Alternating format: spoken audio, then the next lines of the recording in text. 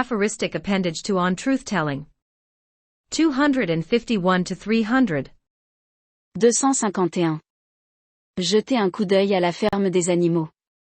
Lorsque la volonté de mettre en place une société idéale se conjugue avec la volonté de pouvoir, il y a fort à parier que les principaux dirigeants et organisateurs, aussi intelligents et bienveillants qu'ils puissent paraître, se révéleront, et c'est le moins que l'on puisse dire, autant de loups déguisés en agneaux, pour parler comme dans le roman, autant de cochons qui pensent que tous les animaux sont égaux mais que certains le sont plus que d'autres. 252. Tout groupe ou classe, quelles que soient ses convictions morales et politiques, finit par être corrompu par le pouvoir, le désir de gain étant, comme la gravité, un principe universel. 253. Parlez-moi maintenant du meilleur des mondes qui se profile à l'horizon. 254. De Newton à Einstein, la gravité passe du statut d'attraction entre des corps dans l'espace à celui d'espace qui, avec le temps, est courbé par les corps. En d'autres termes, elle passe d'un mystère que la plupart des gens comprennent à une énigme que presque personne ne comprend, à l'exception des physiciens et des mathématiciens. 255. Lorsque l'on entend le langage de la guerre de nos jours, on se rend compte qu'il existe aujourd'hui la même mentalité qu'il y a 5000 ans.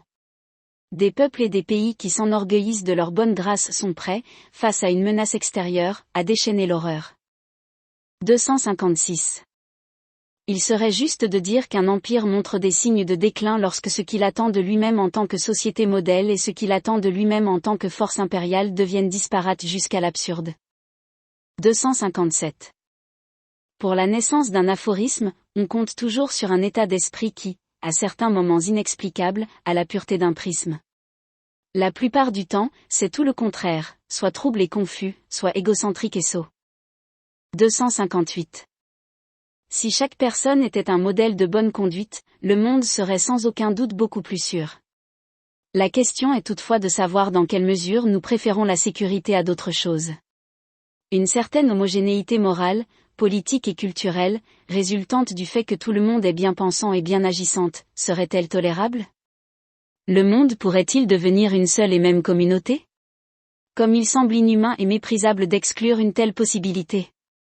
Il semble plutôt que ce qu'il y a de meilleur en chacun de nous veuille maintenir ce rêve en vie, même s'il nous conduit à sa manière à l'apocalypse.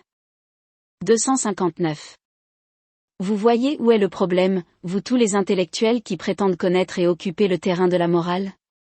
Si vous ne pouvez pas donner la priorité à la souffrance et à la mort dont votre propre pays est responsable, alors toutes vos autres tentatives de faire autorité sur les questions de bien et de mal, aussi bien argumentées soient-elles, risquent en permanence d'être remises en question et rejetées. 260. Une fois que l'on est une personnalité publique, en particulier une personne très admirée et respectée, il devient très difficile de parler de tous les sujets avec le même niveau d'ouverture et d'honnêteté. En effet, outre la difficulté d'admettre son ignorance dans tel ou tel domaine, il faut composer avec une image idéalisée de soi qui supporte mal les effets contraires. 261. Voilà l'homme dans toute sa glorieuse présomption lorsqu'il invente des théories sur le début et la fin des étoiles et de l'univers, mais aucune théorie sur le début et la fin des théories. 262. Vous trouverez suffisamment de personnes qui se disent en faveur de la paix dans le monde, mais peu qui seraient prêtes à renoncer à certains de leurs luxes ou à accepter une baisse significative de leur niveau de vie pour y parvenir. 263. Walt Whitman. Tellement optimiste sur l'humanité. Si englobant. Si démocratique. Si confiant dans l'avenir. Si créatif avec le passé. Si amoureux du présent. Si américain. 264. L'amour aime flatter et être flatté. Ajoutez à cela toutes sortes de plaisirs sensuels et de délices et on obtient cette chose trop fugace qu'on appelle l'amour romantique. 265. Lorsque les conséquences d'une guerre sont loin d'être certaines, lorsque les dirigeants n'ont pas vraiment envie de s'engager dans une confrontation militaire, la rhétorique effrayante qui émane des nations hostiles est du pur théâtre. Dans la plupart des cas, ces pires manifestations seront oubliées. En revanche, il est toujours possible qu'en raison de circonstances inattendues, ce qui devait rester une simple posture ou un positionnement sur la scène mondiale se transforme soudain en un engagement implacable à la mettre à feu et à sang. 266. Les Égyptiens de l'Antiquité devaient avoir un désir ardent d'éviter la vieillesse autant que la mort. Non seulement ils mouraient relativement jeunes, mais ils croyaient aussi qu'ils auraient un corps rajeuni dans l'au-delà. De plus, leurs hiéroglyphes ne représentent que des jeunes. Imaginez cela dans une civilisation qui a traversé des périodes millénaires de jeunesse, d'âge moyen et de vieillesse. 267. Ce qui est réconfortant comme perspective éternelle, c'est le retour cyclique et la ligne droite vers un nouveau développement ou une nouvelle destination. 268. En règle générale, une personne préoccupée par le bien et le mal est attirée par la sphère politique. En revanche, lorsque la préoccupation porte sur le vrai et le faux, il vaut mieux l'éviter. 269. L'idéal n'est pas séparé du réel, il lui est plutôt imposé, il lui résiste tout en étant résisté par lui. Tension dynamique, impulsion créatrice, compétition et coopération intermittente. Voie d'accès et palette de toutes les émotions et sensibilités. Contour changeant d'un paysage vivant dans la tête et le cœur de chaque être humain. 270. La meilleure défense, c'est l'attaque. Peut-on mieux décrire la rivalité entre adversaires politiques ? 271. Si l'on prenait en considération tout ce qui vient de l'extérieur, on pourrait difficilement juger que nous sommes plus responsables du meilleur que du pire. Mais bien sûr, ce jugement lui-même n'est pas possible d'un point de vue pratique, moral, juridique, politique, social, culturel ou autre. 272. Le sexe, ce sujet si ouvert et pourtant si restreint et caché. Si commun dans la pratique, mais certainement pas autant que le fait d'en parler ou d'y penser, et pourtant si privé et obscur. Porte du plaisir, mais aussi de la honte. Épine dans le pied de beaucoup de gens dont la vie sexuelle ne correspond pas à leur fantasme ou qui la considèrent comme une épreuve ou une trahison de leur objectif supérieur. Créateur d'êtres humains et pourtant rarement considéré pour cela seulement. Sublime et désordonné, l'écart par rapport à l'ordinaire. Enfer de courte durée ou nuisance de longue durée. Béatitude conjugale ou recours et soulagement pornographique. 273. Un aphorisme ne devrait pas désigner certaines personnes comme coupables tout en traitant toutes les autres comme innocentes, pour au moins une raison, qui est que tant d'autres discours ou écrits y sont déjà consacrés. 274. Rien n'est plus sûr que si un individu, un groupe, une classe, une institution, une organisation ou une alliance exerce un grand pouvoir, il aura beaucoup plus d'autorité morale qu'il n'en aurait autrement. Cependant, ce pouvoir ne peut jamais être assez grand pour empêcher une érosion rapide ou lente de cette autorité, car la moralité elle-même ne peut jamais être monopolisée et peut toujours devenir un contre-pouvoir. 275. Toute liberté humaine est le fruit d'un destin implacable dont la manière approximative de mesurer les choses pourrait se résumer ainsi. Tous les hommes sont libres, mais certains le sont plus que d'autres. 276. Un courant méprisable est la pratique qui consiste, lors d'un reportage sur une question litigieuse, à présenter une partie sous son meilleur jour et l'autre sous le pire. 277.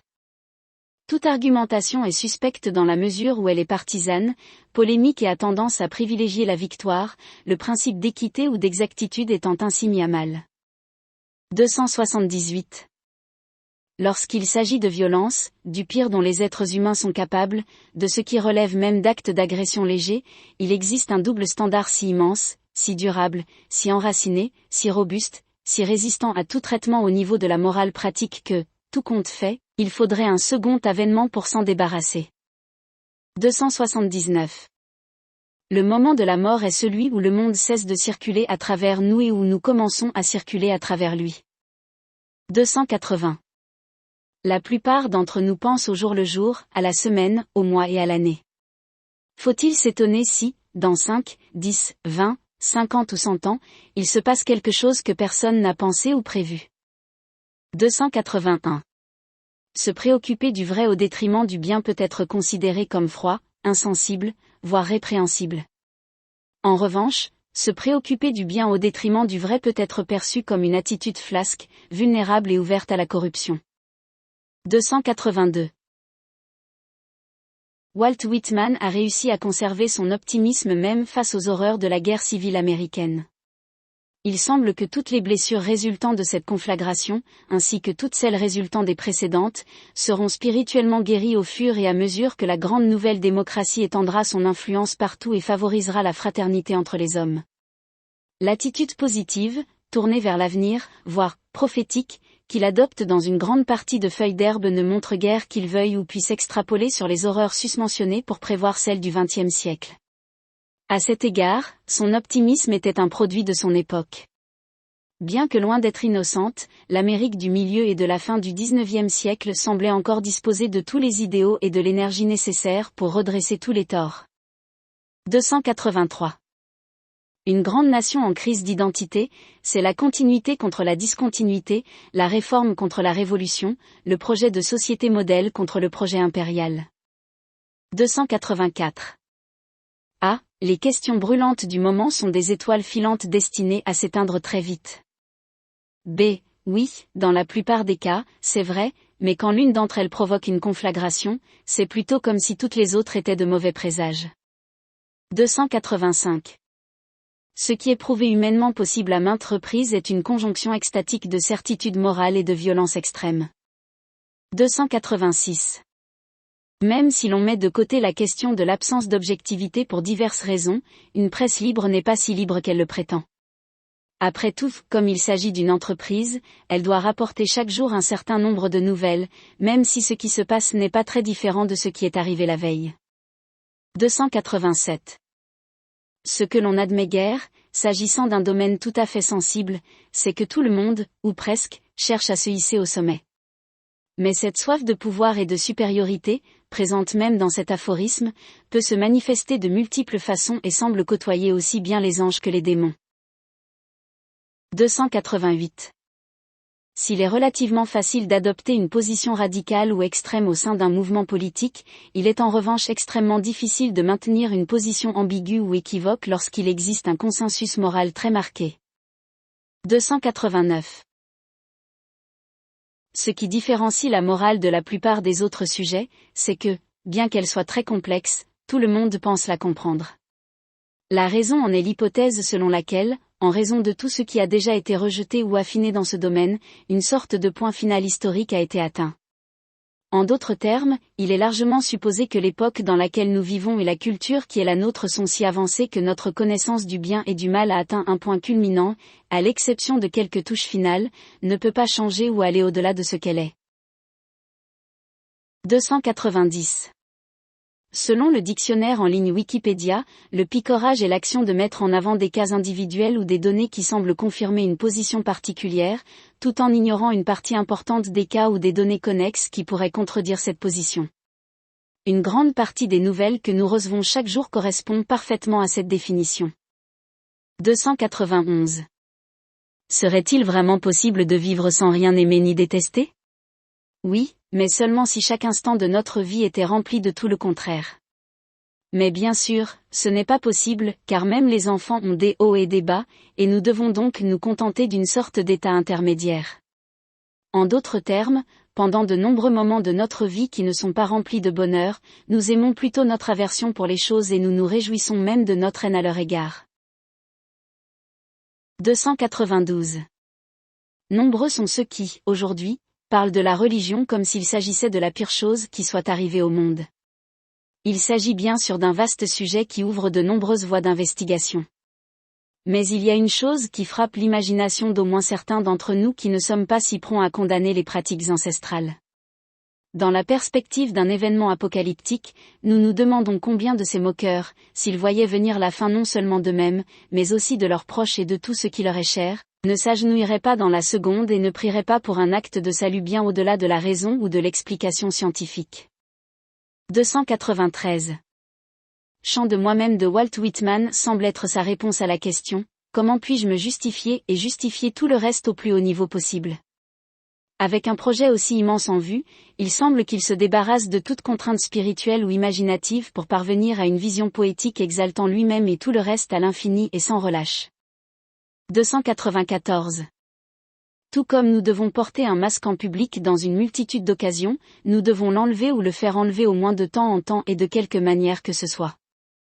Après tout, il y a de la saleté, voire de la viscosité, en dessous. 295. Si nous écoutons les discours ou lisons les livres de personnes qui communiquent à un niveau élevé et que nous les reconnaissons et les comprenons, notre esprit ne devient-il pas, dans un certain sens, le même que le leur ? 296. Ah, j'ai pensé l'autre jour que les gens d'autrefois devaient être en moyenne plus beaux que ceux d'aujourd'hui parce qu'ils mouraient plus jeunes. B. Quelle remarque. Ah, je ne dis pas cela pour souhaiter un changement de politique dans ce domaine, mais seulement à la lumière de la croyance commune que tout ce que nous avons aujourd'hui est tellement mieux que ce qu'il était hier. B. Je ne sais pas quoi dire. Ah, eh bien, ce n'était qu'une pensée. 297. On admet rarement que, si la morale est indubitablement inscrite dans l'histoire en tant que moment fondateur spécifique et voie de progrès et de développement, elle est également impliquée dans des circonstances qui changent radicalement et soudainement. En d'autres termes, elle n'est pas aussi prévisible qu'on le pense généralement, et contient même un puissant facteur X. 298. Si seulement on pouvait se réveiller tous les matins, et qu'il pleuve ou qu'il vente, se dire « Oh, on se croirait en vacances ». Je me demande ce que nous allons faire aujourd'hui. 299. Bien sûr, c'est une illusion, mais quand on est jeune, on a souvent l'impression qu'on ne peut pas se tromper. 300. A. Combien d'injustices avez-vous commises? B. Trop pour les compter. A. Des grandes ou des petites? B. Surtout des petites. A. Envers des amis, de la famille ou des inconnus? B. À tous. A. Méritez-vous de vivre? B. J'ai déjà été condamné à mort, tout comme vous.